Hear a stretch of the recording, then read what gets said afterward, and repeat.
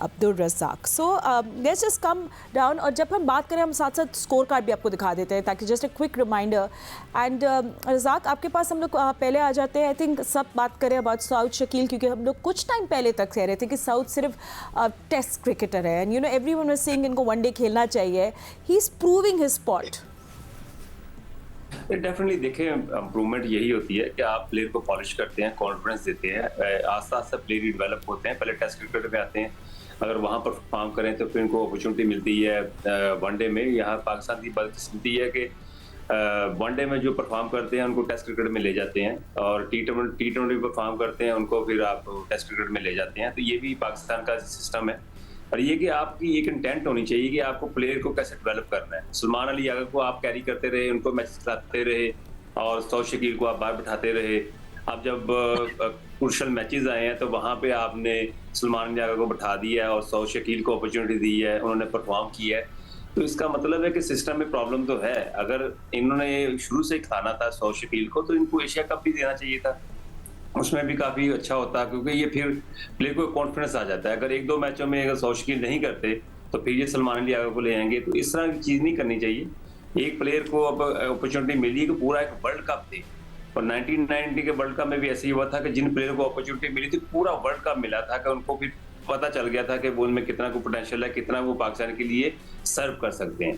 तो अब इसको अपॉर्चुनिटी मिली है तो अब इसको फिर कंटिन्यू करें। उम्मीद है कि सऊद शकील, जिस तरह पाकिस्तान टीम को जरूरत है, जिस तरह नीचे खेलने की, रन बॉल करने की, तो ये अच्छा पाकिस्तान के लिए मिडिल ऑर्डर में अच्छे प्लेयर साबित हो। And Siko, exactly what we've been talking about, the middle order just really stepping it up. You know, Rizwan is dependable, Mr. Dependable उनको कहा जाता है, and then Sa'ud Shakeel coming in. I wish वो लोग all the way जाते, but just some, you know, जिस तरह wickets Giri, that's another you know statement we'll talk about later. But ये middle order की जो stability है something that we're looking for जब आपका top order collapse कर रहा है, and they're not performing well आपका top order अभी। फातिमा, हर रोज हर कोई स्कोर नहीं करता, मगर अगर आपके पास डिपेंडेबल प्लेयर हो, जैसे आज रिजवान ने किया, हो सकता है कल रिजवान ना करे, इफ्तिखार कर दे। जिस दिन इफ्तिखार नहीं करेगा उस दिन सऊद शकील करेगा। इस तरह का लेके चलना चाहिए और इसी तरह होना चाहिए। टीमें इसी तरह बनती हैं। एक ही आदमी पे आप डिपेंड नहीं कर सकते कि हर रोज बाबर करेगा, हर रोज रिजवान करेगा, उसके अलावा कोई नहीं करेगा। ऐसा कभी भी नहीं होता, किसी दुनिया की टीम में नहीं होता। हर एक को कंट्रीब्यूट करना पड़ता है। ओपनर्स किसी दिन करेंगे, आजकल ओपनर्स नहीं कर रहे, फेल हो रहे हैं। हमारे तीनों टॉप के 3 प्लेयर्स फेल हो गए, मगर नीचे वालों ने स्कोर कर दिया। अभी इफ्तिखार बहुत अच्छी फॉर्म में है, मुझे बड़ी खुशी है कि उसको एक अच्छा नंबर मिल गया है। और सऊद शकील को हम कब से कह रहे थे कि भाई आप खिला दो। पता नहीं हमारी मैनेजमेंट जो है अब जाकर थोड़ा सा फ्लेक्सिबल हुई है कि भाई लोगों को दूसरों को खिलाया, अदरवाइज तो वो ऐसा नहीं कर रहे थे। अब ये तो मिडिल ऑर्डर का केस हो गया। बाकी बाद में अगर आप स्पिन पे बात करना चाहते हैं तो हम बाद में ठीक है, हम लोग थोड़ी सी देर में बॉलिंग की बात करेंगे। बट यू नो भट्टी साहब भी हमारे साथ मौजूद है, याया भी है। सो भट्टी साहब पहले आपसे बात कर लेते हैं, फिर याया से भी हम करेंगे about you know Shadab Khan के बारे में। बहुत ज़्यादा आपको पता है क्रिटिसिज्म हो रही थी कि how will Shadab get his groove back, but उन्होंने अच्छे 32 रन भी बनाए, थोड़ा स्पिन भी, और हम देख रहे थे you know that he did ball well, थोड़ा उनको लेंथ मिल रही थी, which is a good improvement for जो पास में हमने देखा। देखें फातिमा, शादाब खान ने परफॉर्म किया, अच्छा है, पाकिस्तान के लिए कंट्रीब्यूट कर रहे हैं, लेकिन शादाब खान ने हमेशा छोटी टीमों के ख़िलाफ़ परफॉर्म किया। नेपाल के ख़िलाफ़ परफॉर्म किया है, वेस्ट इंडीज़ की टीम के ख़िलाफ़ परफॉर्म किया, लेकिन जब बड़ी टीमों के ख़िलाफ़ आते हैं तो वहाँ स्ट्रगल करते हैं। मेरे ख्याल में अच्छी चीज़ है अगर जो उन्होंने परफॉर्मेंस दी है नीदरलैंड के ख़िलाफ़, ये परफॉर्मेंस श्रीलंका के ख़िलाफ़ दें। कंटिन्यूटी जो है वो परफॉर्मेंस में बहुत ज़रूरी है। लेकिन जो असल चीज़ है, एक बड़ा इंटरेस्टिंग कल से डिबेट चल रही है सोशल मीडिया पे। अब सऊद शकील ने जैसे ही परफॉर्म किया, बहुत सारे लोग उसका क्रेडिट ले रहे हैं।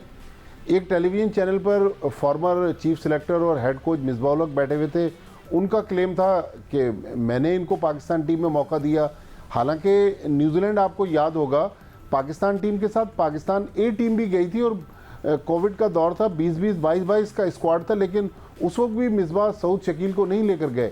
लेकिन सऊद शकील के बारे में जो मिसबाह ने क्लेम किया, वहाँ फिर मोहम्मद वसीम जो फॉर्मर चीफ सेलेक्टर हैं, जिन्होंने, मोहम्मद वसीम मेरे ख्याल में वो शख्स हैं जिनकी सिलेक्शन कमेटी ने सऊद शकील को पाकिस्तान की टेस्ट टीम में डाला। उन्होंने ट्वीट भी किया है जी, उन्होंने कहा कि ये रबिश है मिसबाह उल हक का क्लेम, और मिसबाह उल हक जब भी पाकिस्तान और पीसीबी के सेटअप में आए डिजास्टर हैं। तो मतलब अब अच्छा जब हो रहा है तो हर आदमी क्रेडिट ले रहा है। जब कोई अंडर परफॉर्म कर जाता है या फेलियर आता है, फिर हर आदमी पीछे छुपने की कोशिश करता है।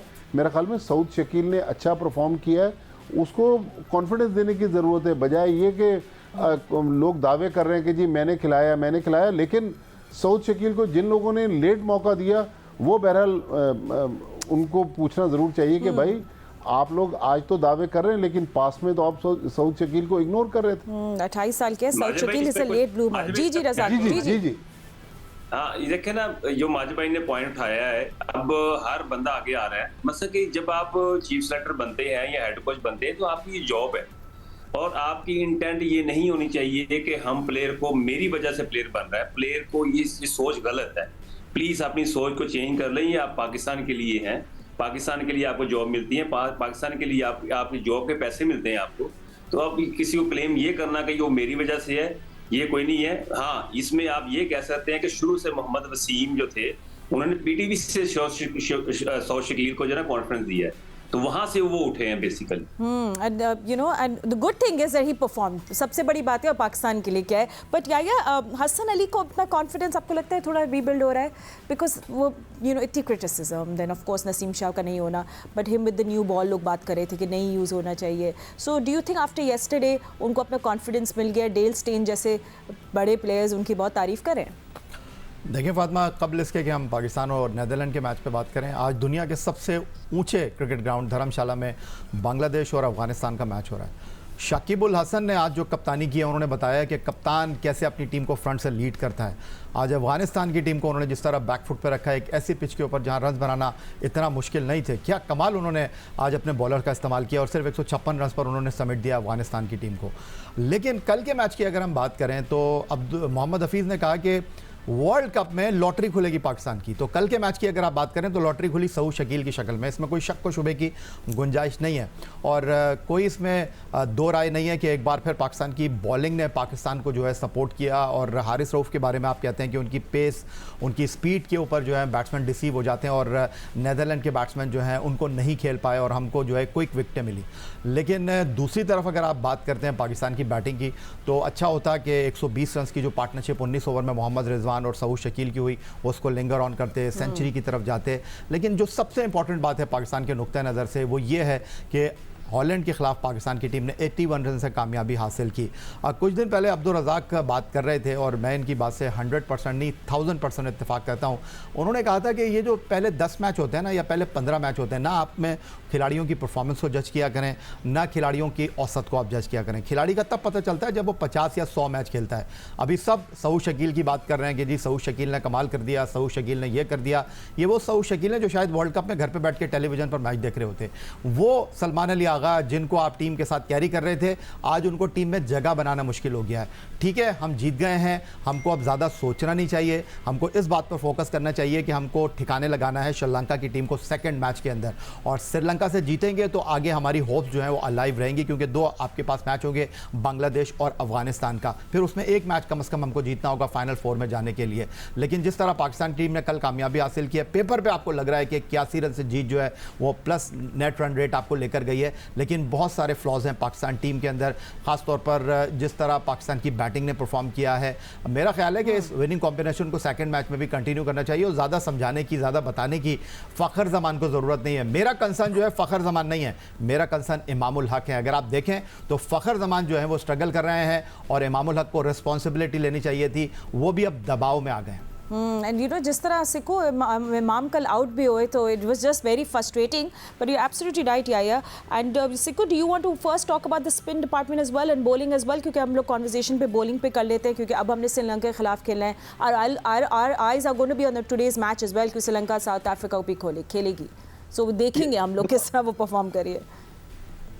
अभी जो सब बात कर रहे हैं ना साउथ शकील की, हम लोग ने अफगान सीरीज से पहले, अगर आपको याद हो, मैं बार बार इसीलिए कह रहा था कि इसको खिला के देखो। हमारे वाले बहुत स्लो चलते हैं, हम इतने स्लो चलते हैं कि जी ना, हमने वो सारी सीरीज जाया कर दी। अब जाके कुछ चेंजेस करना शुरू हुए वर्ल्ड कप से बिल्कुल एक मैच पहले।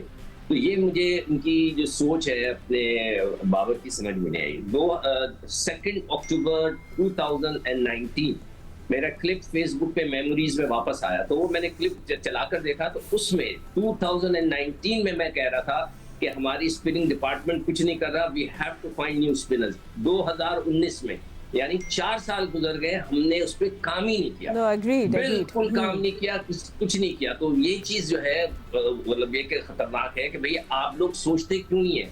जब तक पाकिस्तान क्रिकेट बोर्ड इसके ऊपर कंट्रोल नहीं लेगा, क्रिकेट टीम और उसकी सिलेक्शन के ऊपर, उसके पे जो लड़के खेलते हैं, फिर तो यही होगा, दोस्तियां यारियां होंगी। ठीक है। मगर हमें हर लिहाज से जो है ना उसके ऊपर ठीक है, मैं कह रही थी control शायद रखना है। बॉलिंग की आप बात करेंगे, बट चले ठीक है, यू नो रज़ाक आपके पास आ जाते हैं, लेकिन let's also talk about Netherlands, क्योंकि वो लोग भी क्रेडिट, यू नो, उनको क्रेडिट देना चाहिए।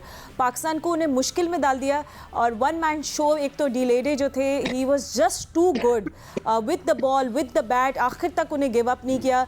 ऑनेस्टली साउथ शकील हमारे हीरो हैं, ऑफ कोर्स पाकिस्तान के बैटर है, but player of the match मेरे लिए तो वो थे कल। आई मीन बड़ा उन्हें फंसा के रखा पाकिस्तान को। डेफिनेटली देखिए, सौद शकील की बात चल रही है। सौद शकील के लिए लक्ष्य ये थी कि उसको पूरे ओवर मिले। जब टॉप ऑर्डर परफॉर्म करेगा ना, तो सौद शकील के लिए ओवर बड़े कम मिलेंगे, तब उनको जरा मुश्किल हो सकती है। एनीवे, नेदरलैंड का ये देखें ना, यहाँ पे एक मोमेंटम बना हुआ है बॉलिंग का। जो टॉस जीती है वो पहले बॉलिंग कर रही है। आज भी बांग्लादेश ने ऐसे ही किया और न्यूजीलैंड ने भी ऐसा किया, और नेदरलैंड ने भी अच्छा डिसीजन लिया टॉस जीत के पहले बॉलिंग करने का। अगर ये सौद शकील की या रिजवान की पार्टनरशिप ना होती, पाकिस्तान स्ट्रगल में आ सकता था। तो ये अब नेदरलैंड ने इधर पूरा होमवर्क किया हुआ है, और उनकी इंटेंट बहुत ही पॉजिटिव थी बॉलिंग में स्पेशली। और थोड़ा सा फील्डिंग में उनके क्लैप्सेस हुए हैं। अगर वो फील्डिंग थोड़ी सी अच्छी करते तो पाकिस्तान को प्रॉब्लम हो सकती थी। नेदरलैंड की बॉलिंग बहुत ही अप टू मार्क थी, पिच के मुताबिक बॉलिंग की थी।